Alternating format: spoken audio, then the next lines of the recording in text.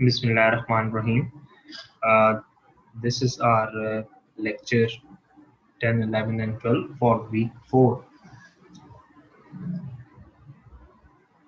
In this lecture, we will discuss about, as we are doing the roots of equation, and the second method we have the false position method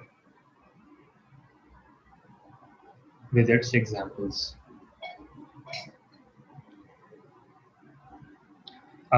जैसे हमने पहले कुछ methods देखे just like bisection method और false position method जिसको regular falsies method भी कहते हैं और बेसिकली ये यूज होता है रूट्स ऑफ इक्वेशन फाइंड करने के लिए बट डेफिनेटली कुछ ना कुछ इसके भी अच्छी फीचर्स हैं जो कि दूसरे मेथड के नहीं है और कुछ इसकी भी ड्रॉबैक्स हैं जिनको आगे आने वाले मेथड जो है वो कवर करते हैं। सेम आइटरेशंस इसके अंदर भी हैं और हम उसी तरह से अपना रूट्स ऑफ इक्वेशन फाइंड करते हैं और जिस तरह जिन क्वेश्चंस में हमें बताया जाता है स्टॉपिंग क्राइटेरिया क्या है। फॉर एग्जांपल एरर हमने स्टॉपिंग क्राइटेरिया का रखा हुआ है कि इस एरर रेट से कम आएगा तो हम अपनी आइटरेशंस को स्टॉप कर देंगे। तो ये हमारे पास एक मेथड है फॉल्स पोजीशन मेथड। इसके अलावा इस लेक्चर में हम केस स्टडी भी एक डिस्कस करेंगे कि ये जिस तरह मैंने आपको अपने बिल्कुल स्टार्टिंग लेक्चर्स में इंट्रोडक्टरी लेक्चर्स में बताया था कि जो न्यूमेरिकल मेथड्स हैं इनको पढ़ने का बेसिकली मकसद ये है कि हम अपने जो इंजीनियरिंग प्रॉब्लम्स हैं उसके अंदर ये मेथड्स अप्लाई कर सकें और फिर जो है वो इनको हम अच्छी तरह से देख लें। तो पहले हम जस्ट एक इंट्रोडक्टरी व्यू करेंगे, उसके बाद फिर जो इसकी इक्वेशन है उसको भी हम ड्राइव करेंगे कि जो इसका फॉर्मूला है फॉर सॉल्विंग तो वो कैसे ड्राइव हुआ। तो अभी जस्ट हम इसको एक गो थ्रू करते हैं। आपने बाइसेक्शन मेथड के अंदर देखा होगा कि बाइसेक्शन मेथड के अंदर हमारे पास सिर्फ एक स्ट्रेट लाइन होती है, ठीक है, और स्ट्रेट लाइन को हम कह देते थे कि जहाँ पे ये फॉर एग्जांपल ये एक स्ट्रेट लाइन थी और ये एक स्ट्रेट लाइन थी, इसके दो पॉइंट थे, पॉइंट ए पॉइंट बी, और हमें रूट्स फाइंड करने होते थे तो हम उसको बाइसेक्ट करते रहते थे डिफरेंट पॉइंट्स पे और बाइसेक्ट करते करते जिनको हम आइटरेशंस का नाम देते थे तो वो हम अपने जो एग्जैक्ट रूट्स हैं रूट ऑफ द इक्वेशन वो फाइंड करने में कामयाब हो जाते थे। इसी तरह से हमारे पास जो ये दूसरा मेथड है फॉल्स पोजीशन मेथड का, ये उससे थोड़ा सा डिफरेंट है लेकिन डेफिनेटली हम फाइंड भी इसके अंदर क्या कर रहे हैं, रूट्स ही फाइंड कर रहे हैं। यहाँ पे ये आप जिस तरह ग्राफ देख सकते हैं, ग्राफ के अंदर को गिवन है एक स्ट्रेट लाइन है और एक आपके पास कर्व लाइन है। Same is the case if a real root is bounded by x1 and xu या xl, यानी xl का मतलब lower point and xu is for upper point. तो ये आपके पास दो पॉइंट्स हैं, एक को लोअर कह दिया और एक आपने अपर कह दिया। अब करना सिर्फ वही है कि आपने यहाँ पे जो इसका रूट है वो फाइंड करना है। अब रूट को लोकेट कैसे करना है, ये बेसिकली एक टास्क है जो कि हम देखते हैं कि कैसे किया जाता है। सबसे पहले यहाँ पे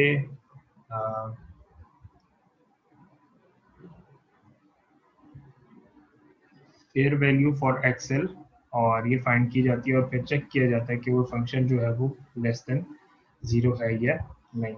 इसी तरह फिर हमारे पास ये फार्मूला गिवन है और ये फार्मूला हम देखेंगे, ड्राइव करेंगे to evaluate this value. Again हम एक दफ़ा यहाँ से evaluate करते हैं, फिर जिस तरह हमारे पास आइट्रेशन थी, जो हमारे पास दूसरी वैल्यूज आती जाती हैं वो हम अपनी नेक्स्ट आने वाली वैल्यू में ऐड करते रहते हैं। कैसे करते हैं ये भी हम अपने एग्जांपल्स में इसको देखेंगे, और आगे जब हम इसको ड्राइव कर रहे होंगे तो भी इसको समझेंगे।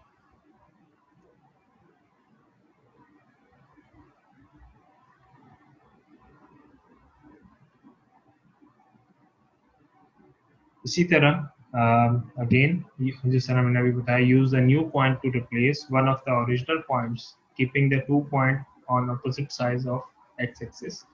if fxr is less than 0 then xl is equal to x naught r।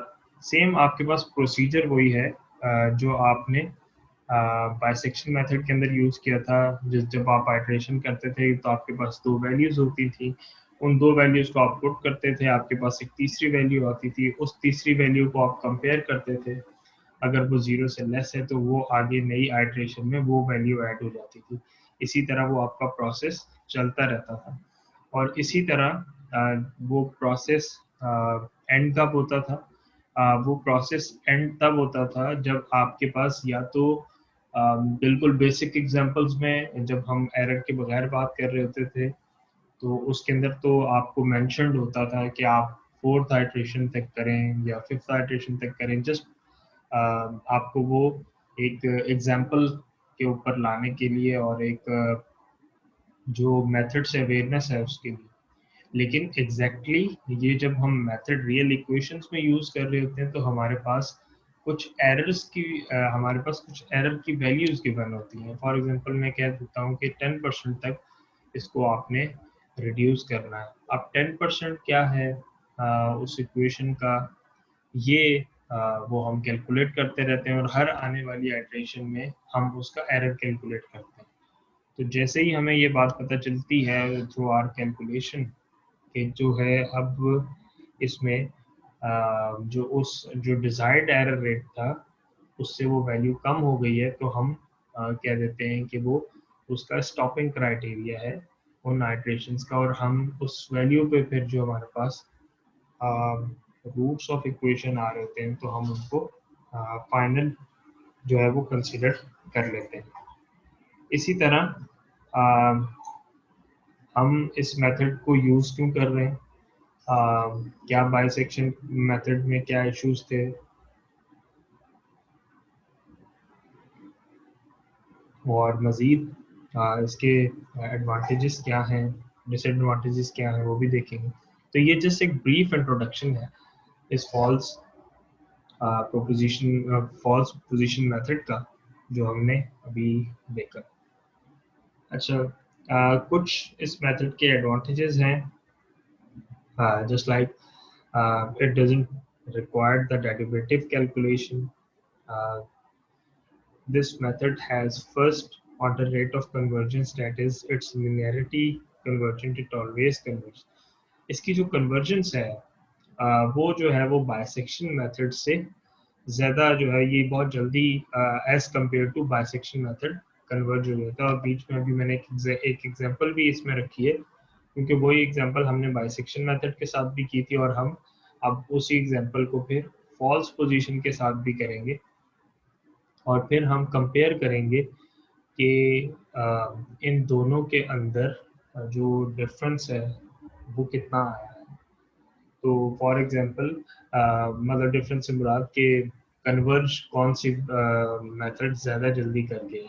For example हमने बाइसेक्शन मेथड में देखा था वो हमारे पास 12 के 13 आइट्रेशन में उसने जाके कन्वर्ज किया था, लेकिन हम फॉल्स पोजीशन में देखेंगे कि हमारे पास 5th या 6th आइट्रेशन में या इवन उससे भी ज़्यादा जल्दी कन्वर्ज कर जाता है। तो ये इसका एडवांटेज है। और दूसरा सबसे बड़ा एडवांटेज है कि ये फिर फास्ट भी हुआ, क्योंकि ज़ाहिर है कि इसके अंदर आइट्रेशन कम है तो डेफिनेटली फास्ट भी है। और जो डिसएडवांटेजेस हैं, as it is trial and error method, in some cases it may take large time span to calculate correct root and thereby slowing down the process. It is used to calculate only a single unknown in the equation। तो ये इसके disadvantages हैं। जैसे मैंने आपसे discuss किया था कि हम इसकी कुछ जो है वो केस स्टडीज़ भी देखेंगे, और साथ साथ जस्ट लाइक हर दफ़ा जब मैं एक नया मेथड आपको करवाऊंगा तो उसके अंदर हम एटलीस्ट एक केस स्टडी ज़रूर डिस्कस किया करेंगे जो कि उस मेथड से रिलेटेड हो।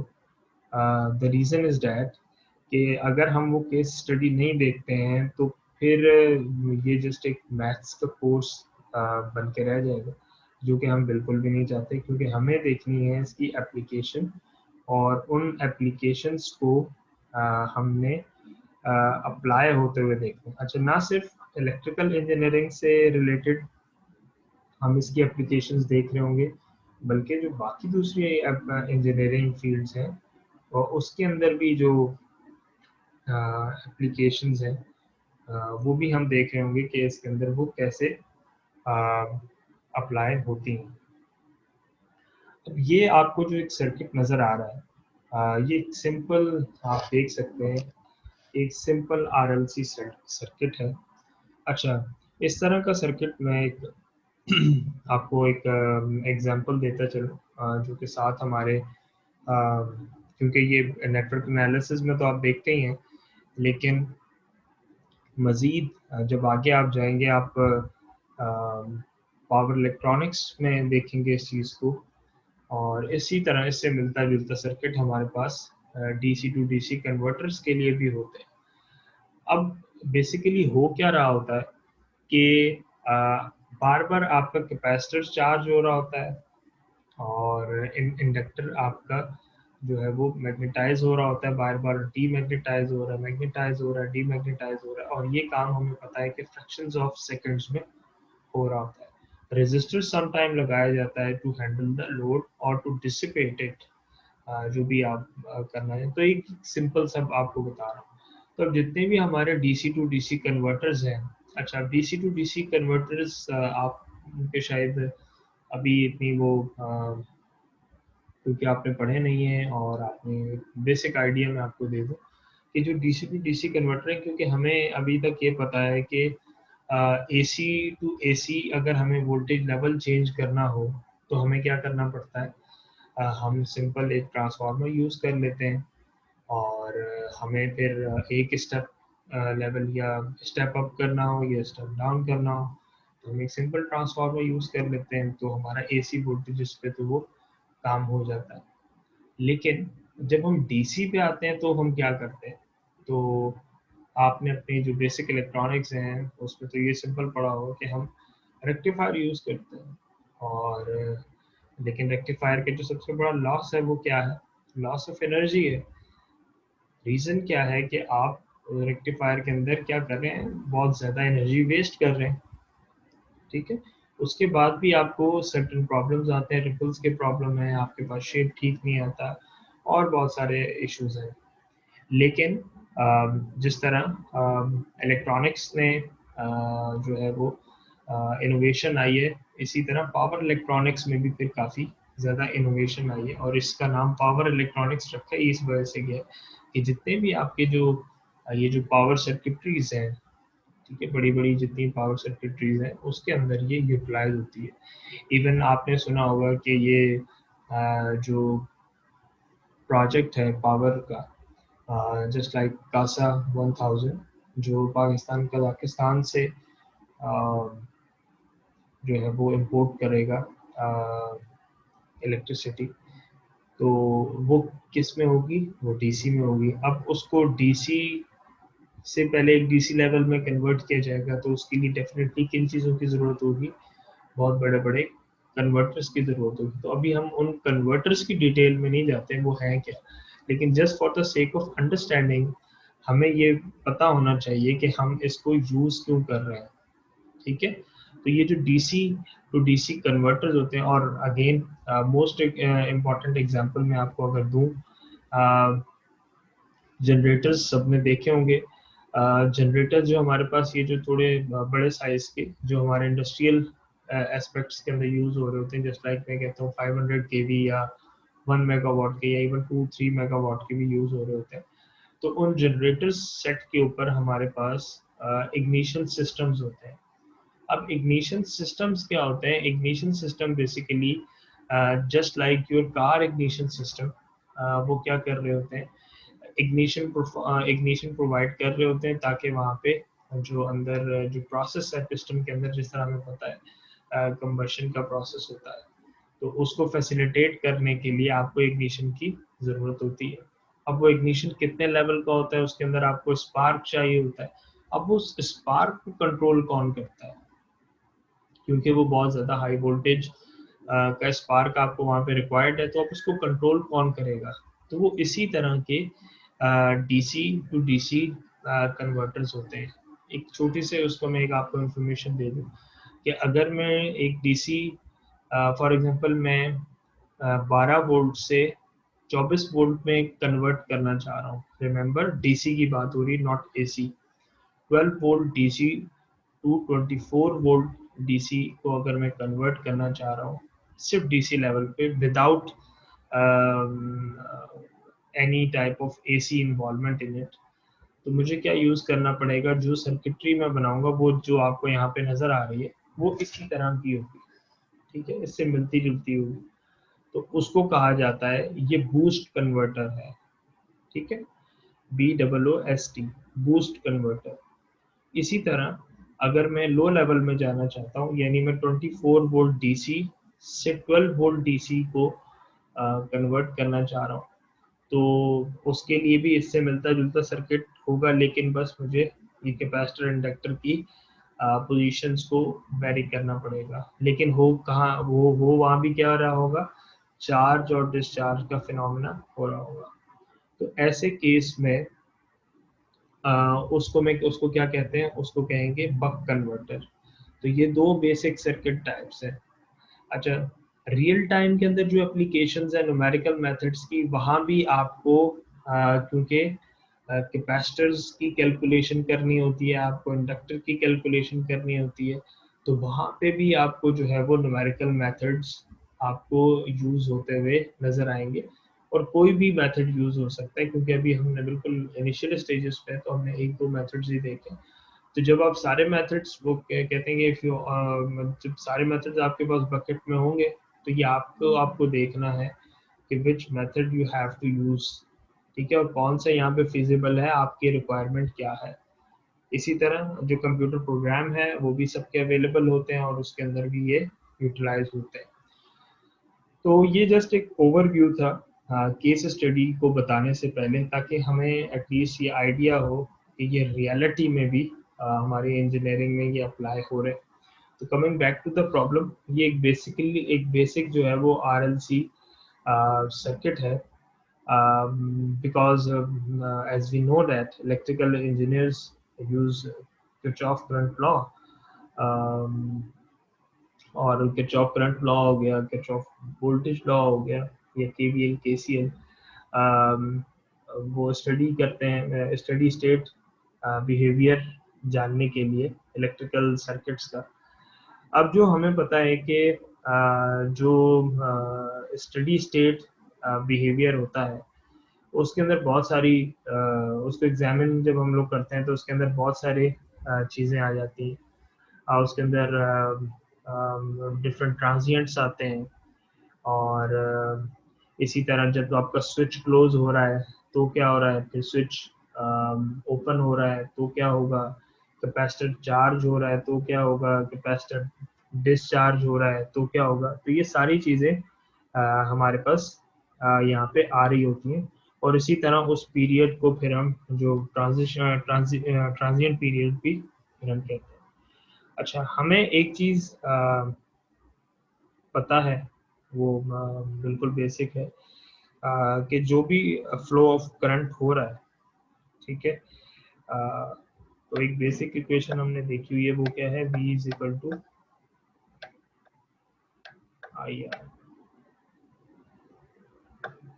ठीक है। अच्छा, अब V is equal to IR तो है।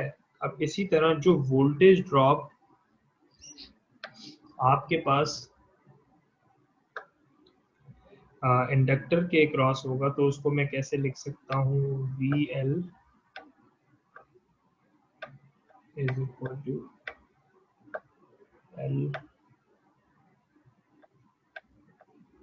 डी आई ओवर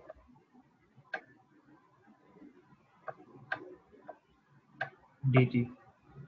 और क्योंकि एल इसके अंदर मेरे पास क्या है, इंडक्टेंस है, और जो आई मेरे पास करंट का यूनिट है, और इंडक्टेंस का यूनिट मुझे पता है कि यहाँ पे हमारे पास क्या होता है, हेनरीज होता है। इसी तरह अब मैं अगर वोल्टेज ड्रॉप अक्रॉस कैपेसिटर देखना चाहूँ तो मुझे पता है कि वोल्टेज ड्रॉप अक्रॉस कैपेसिटर क्या है, V C is equal to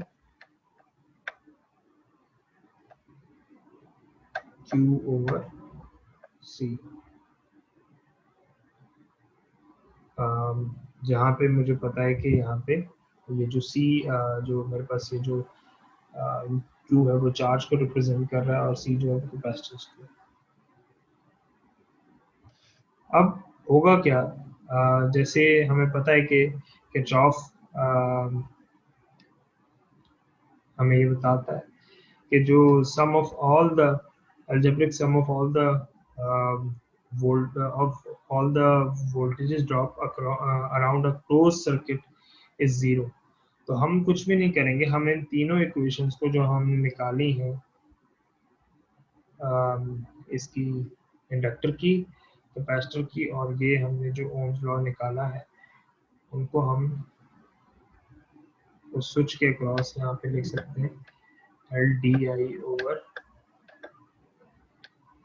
D T.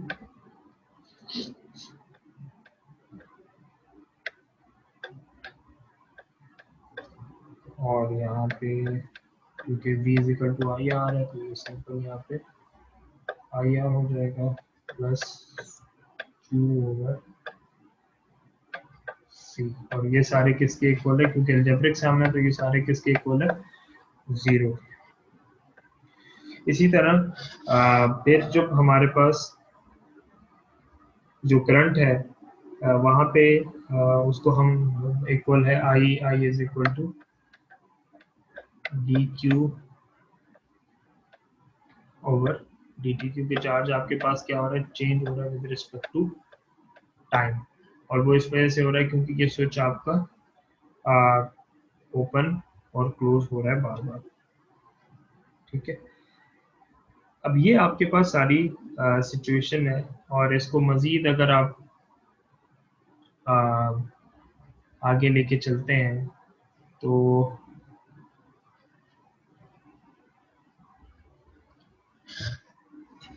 क्योंकि हमने प्रॉब्लम देखनी थी, प्रॉब्लम है क्या, क्योंकि वहां तक तो हमें समझ आ गया, हमने ऐसे एक जो किरचॉफ लॉ है वहां से हमने इक्वेशन ड्राइव की, और ये फिर आके हमें एक इक्वेशन अचीव होंगी। लेकिन प्रॉब्लम वो हमसे क्या पूछ रहा है, ये इंपॉर्टेंट है। प्रॉब्लम में कह रहा है typical electrical engineering design problem might involve determining the proper resistor to dissipate energy at a specified rate with known values for L and C, inductance and capacitance.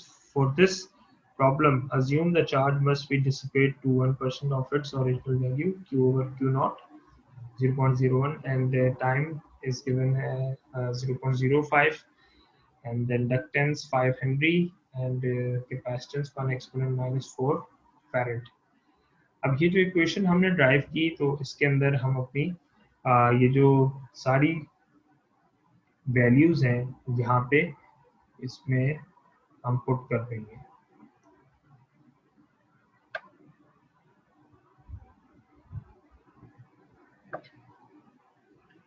यहाँ पे यहाँ पे हम इसको ये वैल्यू इसके अंदर पुट कर देंगे, और हमें यहाँ से मिलेगा क्या, क्योंकि हमने ये सारी वैल्यूज इसके अंदर पुट करनी है, और पुट करने के बाद हमें एक्चुअली मालूम करना है कि वो रेजिस्टर की एग्जैक्ट क्या वैल्यू होगी जिसके अंदर हमारे पास एरर जो है वो कम से कम आए और बिल्कुल मिनिमम एरर आए। क्योंकि हमने वो डिसिपेशन वो पूछ रहा था, एनर्जी डिसिपेशन, तो एनर्जी डिसिपेशन जो है वो डेफिनेटली हमारे पास कहाँ हो रही होगी, रजिस्टर के अक्रॉस ही हो रही होगी। तो यहाँ पे हमें क्या आर की वैल्यू देखें, यहाँ पे जिस तरह हम लोग वहाँ पे ऊपर फंक्शन निकालते थे, यहाँ पे भी हमारे पास फंक्शन जो है वो आर ही के वैल्यू।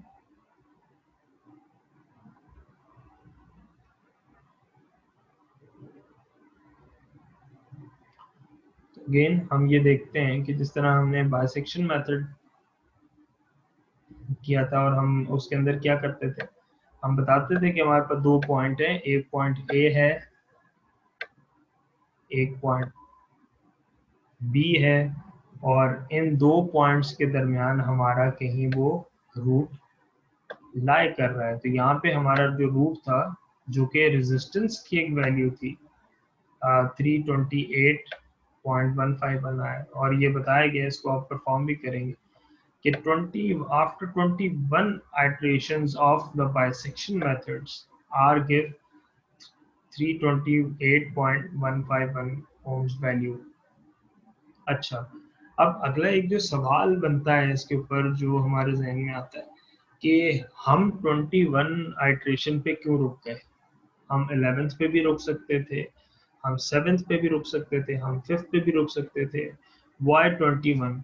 बिकॉज यहाँ पे जो स्टॉपिंग क्राइटेरिया गिवन था वो ये था कि जो आपकी जो एरर की वैल्यू है वो 0.001 से लेस होनी चाहिए थी। तो ये एक स्टॉपिंग क्राइटेरिया रखा गया था। अगर यहाँ पे स्टॉपिंग क्राइटेरिया 1% होता तो मे बी हम शायद दूसरी या तीसरी आइट्रेशन में रुक जाते।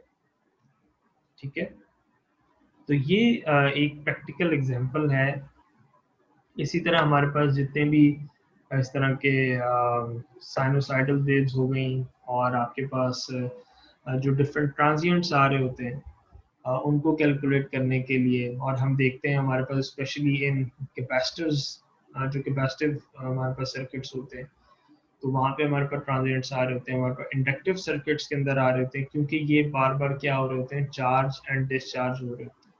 तो जहाँ पे चार्जिंग एंड डिस्चार्जिंग हो रही है वहाँ पे हमें डिफरेंट टाइप ऑफ, यहाँ पे हमें रेजिस्टेंस चाहिए थी, वहाँ पे कुछ और वैल्यूज भी हो सकती हैं। तो just for the sake of understanding, ये एक केस स्टडी थी छोटी सी। इसी तरह की केस स्टडी में आपको एक असाइनमेंट्स के अंदर भी दूंगा, ताकि ये, और वो हमें किसी भी एक मेथड से सॉल्व करनी होगी, जस्ट लाइक बाइसेक्शन से, और न्यूटन राफसन से हो, या फॉल्स पोजीशन मेथड से हो, ताकि जो है वो हमारे पास ये इसकी जो एप्लीकेशन है वो वैलिड रहे कि हम जो भी काम कर रहे हैं वो प्रॉपर एप्लीकेशंस के साथ ही कर रहे हैं।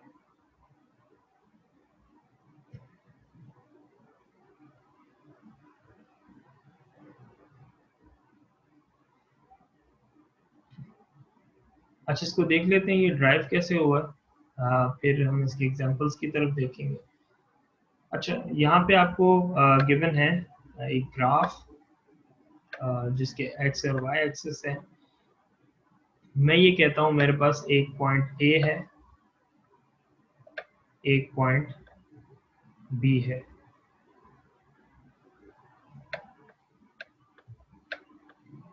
इसको मैंने पॉइंट ए कह दिया, और समटाइम इसको आप अपर लिमिट भी कह सकते हैं।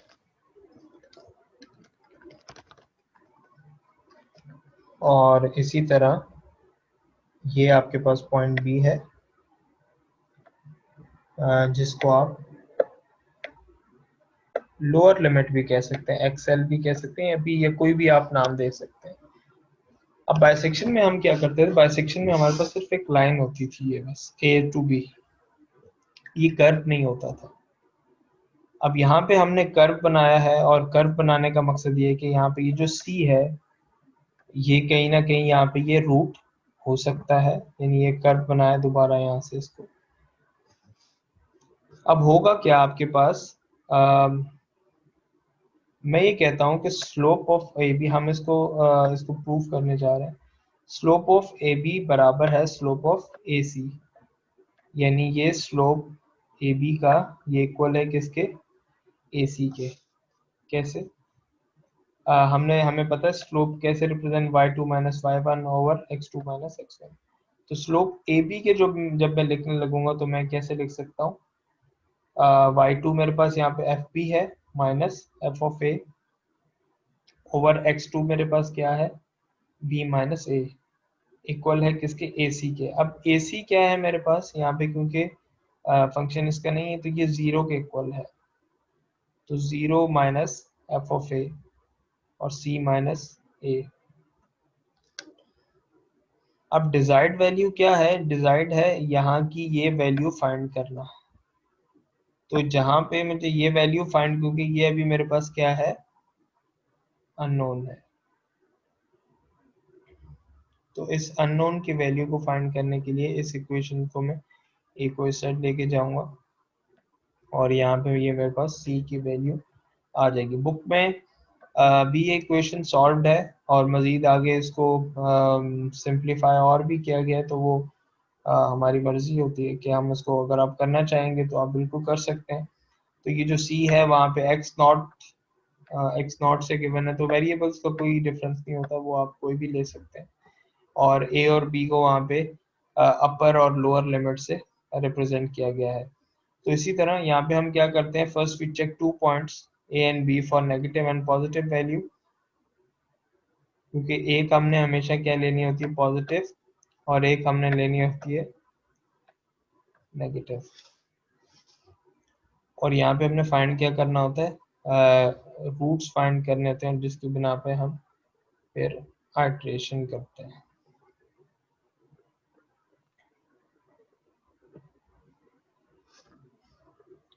अब जब हम पहली आइट्रेशन कर लेते हैं जो कि इस पॉइंट पे थी, तो अगली आइट्रेशन के लिए हमें क्या करना पड़ेगा मजीद, क्योंकि हमें रूट फाइंड करने, तो हम मजीद इसके करीब आते जाएंगे। तो ये आपका था पहला, जो हमने पहले भी देखा। अब दूसरा फाइंड करने के लिए आप क्या करेंगे, यहाँ पे मजीद इसके करीब आएंगे। जिस तरह हम बाइसेक्शन में हम कट लगा लगा के उसके करीब आते जा रहे थे पॉइंट के रूट के, तो यहाँ पे भी यही करेंगे।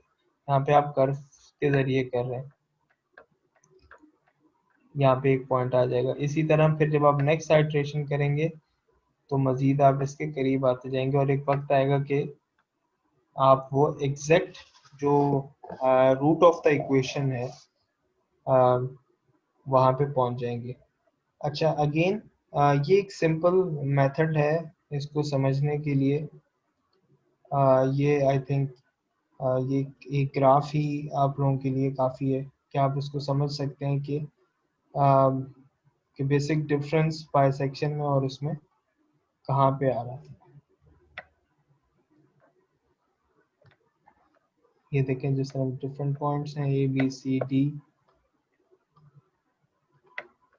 आप मज़ीद इसके आगे करना चाहेंगे तो हम मज़ीद इस तरह इसको करीब लाते जाएंगे और एक वक्त आएगा कि आपको ये पॉइंट मिल जाएगा और यहाँ पे आके आप इसको फिर डाइवर्ज करेंगे।